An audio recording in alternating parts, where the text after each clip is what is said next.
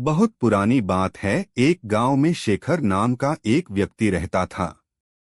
वह बड़ा मेहनती था, किंतु गांव में कोई रोजगार नहीं था। उसने सोचा कि मैं शहर चला जाता हूं, वहां मुझे मेरी योग्यता अनुसार मेहनत के पैसे मिल जाएंगे। यह सोचकर शेखर एक दिन अपने गांव से शहर की ओर चल दिया। लालचमुक्त निवेश विकल्प शहर बहुत दूर था। चलते चलते शेखर थक चुका था। शेखर इतना थक गया था कि अब उससे बिल्कुल भी चला नहीं जा रहा था और वह थककर वहीं बैठ गया।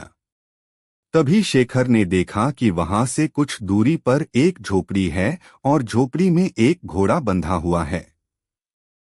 शेखर ने सोचा, क्यों ना इस घोड़े को किराए पर ले लूं और इसी से शहर चला जाता हूं। शेखर जैसे तैसे झोपड़ी पर तक पहुंचा।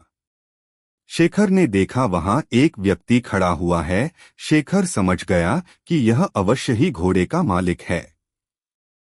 शेखर उस व्यक्ति से बोला, मुझे आगे शहर में जाना है और शहर यहाँ से कई किलोमीटर दूर है।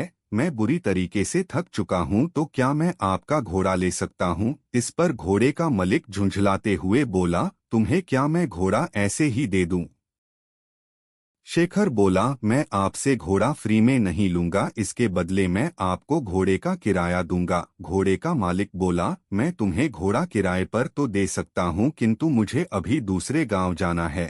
अगर तुम मुझे उस गांव तक छोड़ दो तो मैं यह घोड़ा तुम्हें किराए पर दे सकता हूं।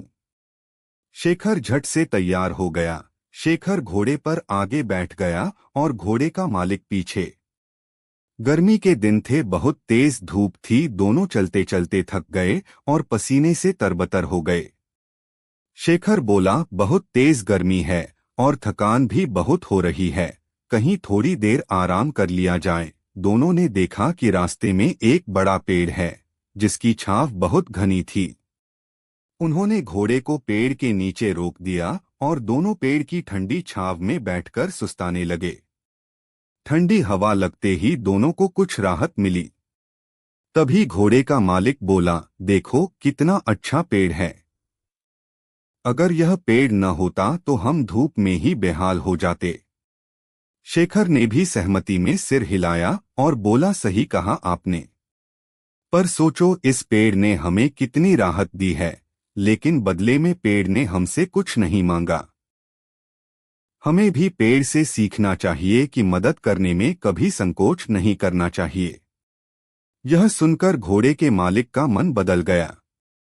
उसने सोचा कि शेखर नेक दिल और समझदार इंसान है। उसने शेखर से कहा, तुम्हारी बातों ने मेरा दिल छू लिया।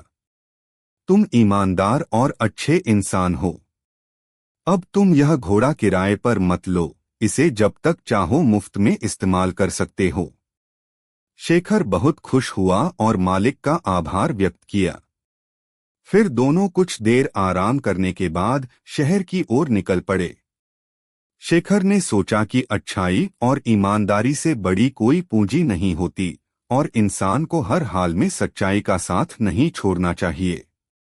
कभी भी कठिनाइयों में अच्छाई और ईमानदारी का रास्ता न छोड़े, क्योंकि नेक दिल इंसान को हर परिस्थिति में मदद मिल ही जाती है। कहानी अच्छा लगा तो चैनल को लाइक और सब्सक्राइब करें।